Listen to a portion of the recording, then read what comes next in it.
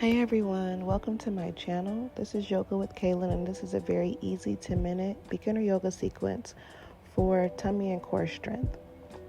First thing we want to do is get on our hands and knees and do some small rocks back and forth or some gentle circles.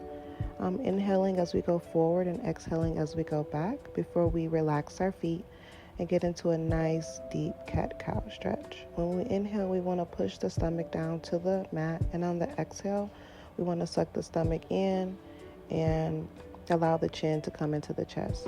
We do that a few more times over and over until it feels good for our bodies, inhaling and exhaling at your own pace.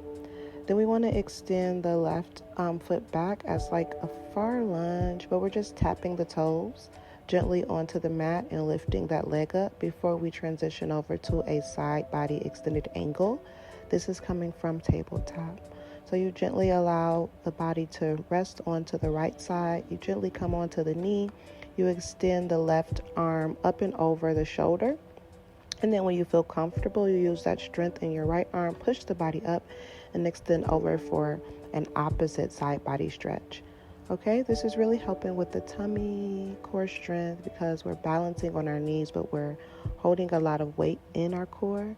We're showing some strength in our feet and our knees. And I love to grab a block on poses like this. If you don't have a block, just grab a pillow. We're going to lean forward a little bit, press the body into the knee as we allow the stomach to just breathe in and out. And these are called stomach pressers. We're kind of just inhaling the core and exhaling, pushing in and out. On the next inhale, we're going to bring the arms up and over to come back into our tabletop pose. We're going to go right into cat-cow just one more time before adding into some circles or some small movements before we go into the other side of the body. All of these poses done in this particular sequence are going to really help strengthen the arms, the knees, the legs, the entire spine, but it's really building a ton of strength in the digestive tract, in the stomach, and the core muscles. Okay? So as you inhale, you want to push the stomach down to the mat, allow the chin to guide up to the ceiling. On the exhale, you want to suck the stomach in, allow the back to be pulled up to the ceiling and bring the chin to the chest.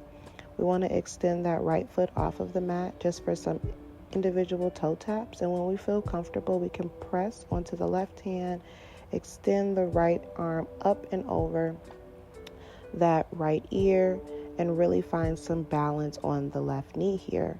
Okay, we're flat on the left foot as we reach up with the left hand and find some balance on that left knee. We bring the arms up and over just gently. Now is the time to grab that pillow or that yoga block, and we put it up on the highest level, and we just extend over for some stomach crushes, like we like to call them, or stomach breaths.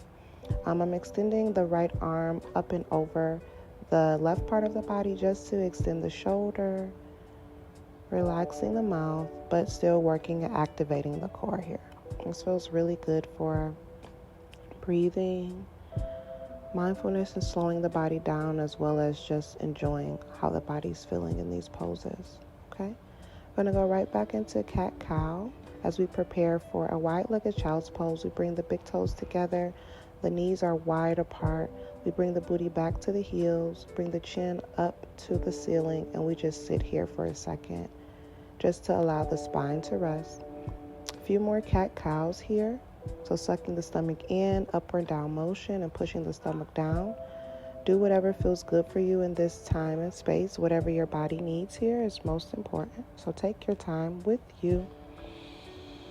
Inhaling, exhaling before we walk the hands forward and begin to prepare the feet for our first downward facing dog.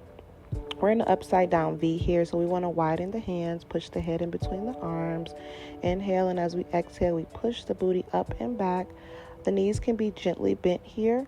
The toes are pressed into the mat, but the heels can be gently lifted off the mat. All right, and get whatever you need here in this pose. Notice I bent my knees gently before straightening them out a little bit more. That feels really good for my body here, for the core, for the low back, as well as the up back. So inhale, press back up into our downward facing dog, and on the exhale, just sit and rest here in this pose. You're doing a great job so far. Make sure that the weight is in your wrists. and in your toes here. And it's a resting pose. We've worked our spine and our stomach, so now we want to just rest in an inverted resting pose upside down here. We're going to sit here for a few minutes before we start to pedal the legs and walk the legs up and back. Step onto the tip parts of your toes for a elongated spine stretch. And then we're going to press the head closer to the knees to allow the head to come a little bit more in between the arms. Good job. Inhale through the nose, exhale through the mouth here. It might be a challenge being in this upside down pose, but you're doing great. Find some strength in your hands. Walk those legs out to relax your low part of your body. And exhale. Perfect. Doing a great job here. Walk the feet up to a nice ragdoll fold, and then allow your arms to grab hold of your elbows as you gently sway side to side.